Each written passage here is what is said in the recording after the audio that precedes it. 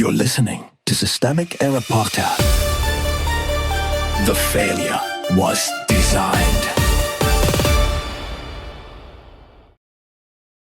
Trump will try self-pardon, but he can still be held accountable ex-federal prosecutor, based on an article by Nick Hilton.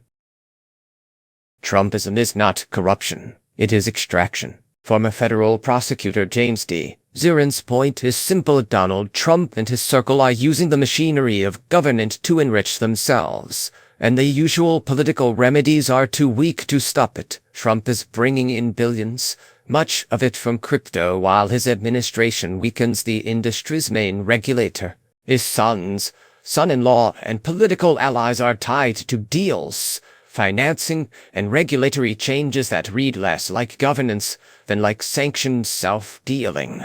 Power sits at the top.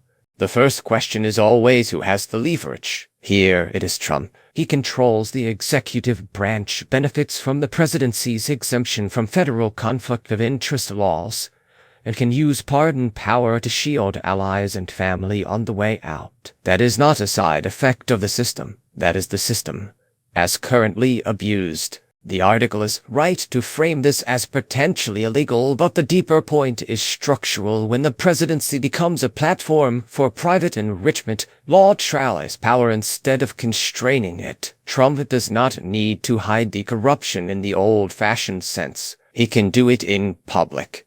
From inside the office, the government is the business model. This is not a story about a few bad actors freelancing around the edges. It is about policy being bent to produce profit. The administration's weakening of crypto oversight lines up neatly with Trump's own gains from the sector. The effort to eliminate restrictions on guns by mail would enrich John Jr. through his stake in an online gun store. The Kazakhstan tungsten deal involving Trump's sons, with up to $1.6 billion in federal financing, puts the state itself in service of the family balance sheet. That is the governing pattern. The office sets the conditions, then the family and orbit cash in. The corruption is not merely adjacent to policy. It is the policy rationale. Pardons are a shield, not a solution. Zirin is candid about the limits of conventional accountability. Impeachment is structurally unavailable if Republicans hold enough Senate seats to block conviction. Criminal prosecution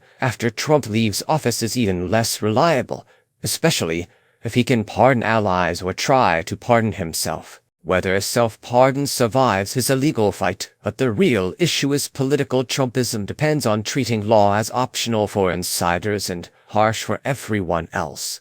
That is why pardon power matters so much. It is not just clemency. It is a loyalty coupon for criminality. It tells subordinates they can participate in abuse now and collect immunity later. Civil suits are not symbolic. The article's strongest argument is also its least glamorous. Civil actions may be the only practical path to recover money and impose consequences. That is not justice in the full moral sense. It is not a democratic reset. It is not a clean purge of the damage. But it is one of the few tools left that Trump cannot simply cancel with a signature or bury inside a loyalist Justice Department.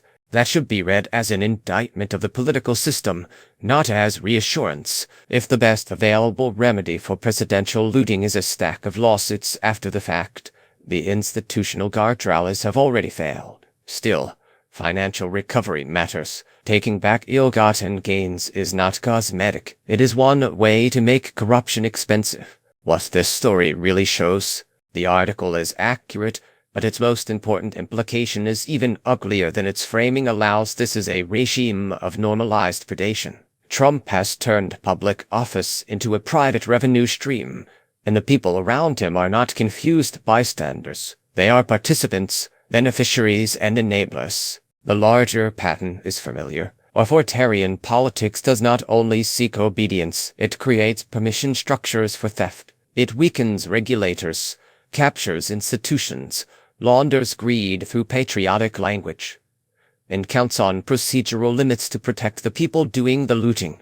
If Democrats want to meet that reality, they have to treat corruption not as a campaign talking point but as a central democratic crisis. The state is being stripped for parts, and the bill is being pushed onto everyone else.